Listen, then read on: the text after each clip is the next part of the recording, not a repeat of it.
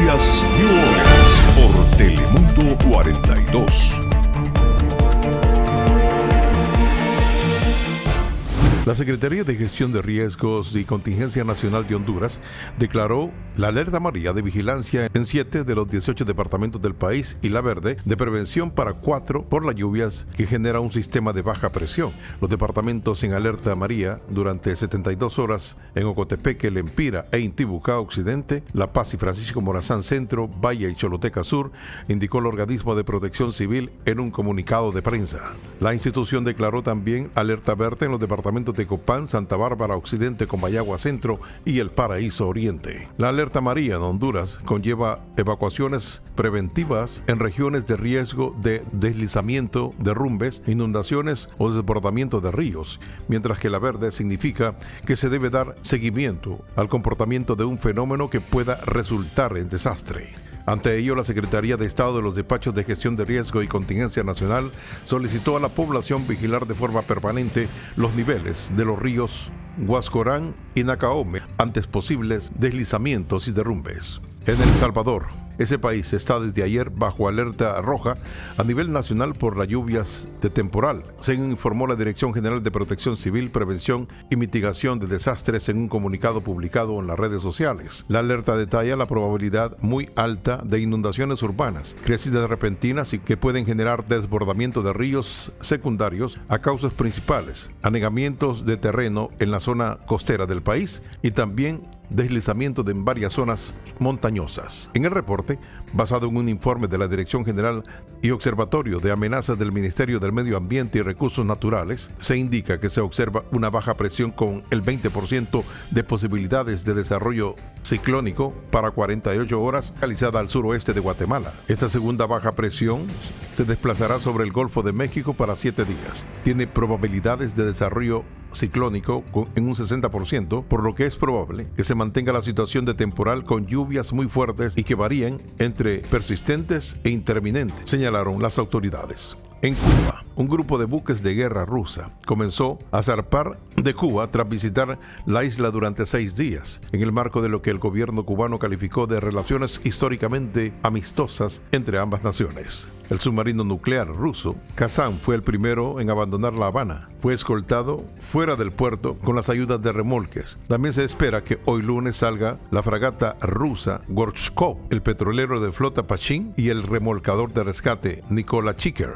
Llegaron ahí el 12 de junio. El convoy es el más grande de Rusia que ha visitado la isla comunista en años. No está claro cuál será el próximo destino de las naves. A principios de este mes, Estados Unidos sugirió que Venezuela era una posible parada.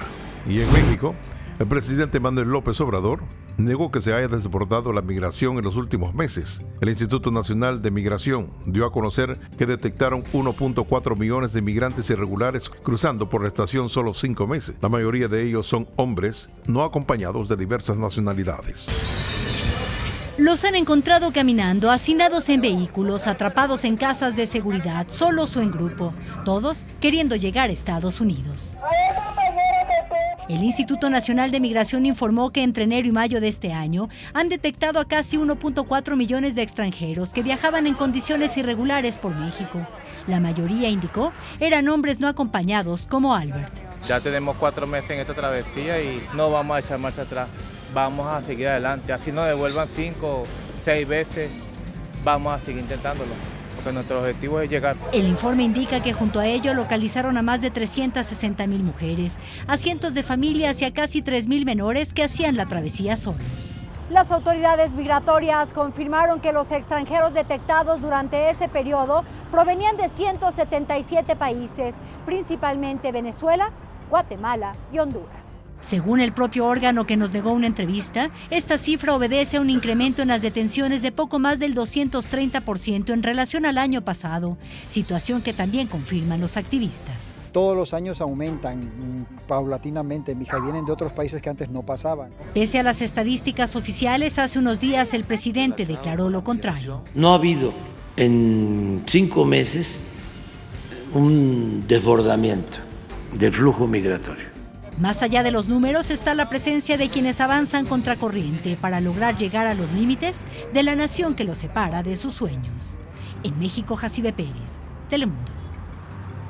Y en Latinoamérica, la Corte Interamericana de los Derechos Humanos llevará a cabo un periodo de sesiones del 17 de junio al 5 de julio, en el que efectuará audiencias por demandas contra Nicaragua y Brasil, y además analizará una solicitud de medidas provisionales contra un polémico proyecto de ley de Perú. La Corte Interamericana de los Derechos Humanos informó hoy 17 de junio comenzará sus sesiones con una audiencia sobre medidas provisionales solicitadas por defensores de los derechos humanos y víctimas de Perú, en contra de un proyecto de ley relacionado con el delito de lesa humanidad y crímenes de guerra. La Corte convocó al Estado de Perú, la Comisión Interamericana de los Derechos Humanos y a los representantes de las víctimas de los casos de Barrio Altos y La Cantuta a la audiencia pública virtual para que expongan sus posiciones. El Congreso de Perú rechazó lo que consideró una intromisión de la Corte Interamericana de los Derechos Humanos y se declaró independiente en ese tribunal. Las noticias internacionales son traídas a ustedes por Orleans Furniture, la mueblería oficial de los latinos.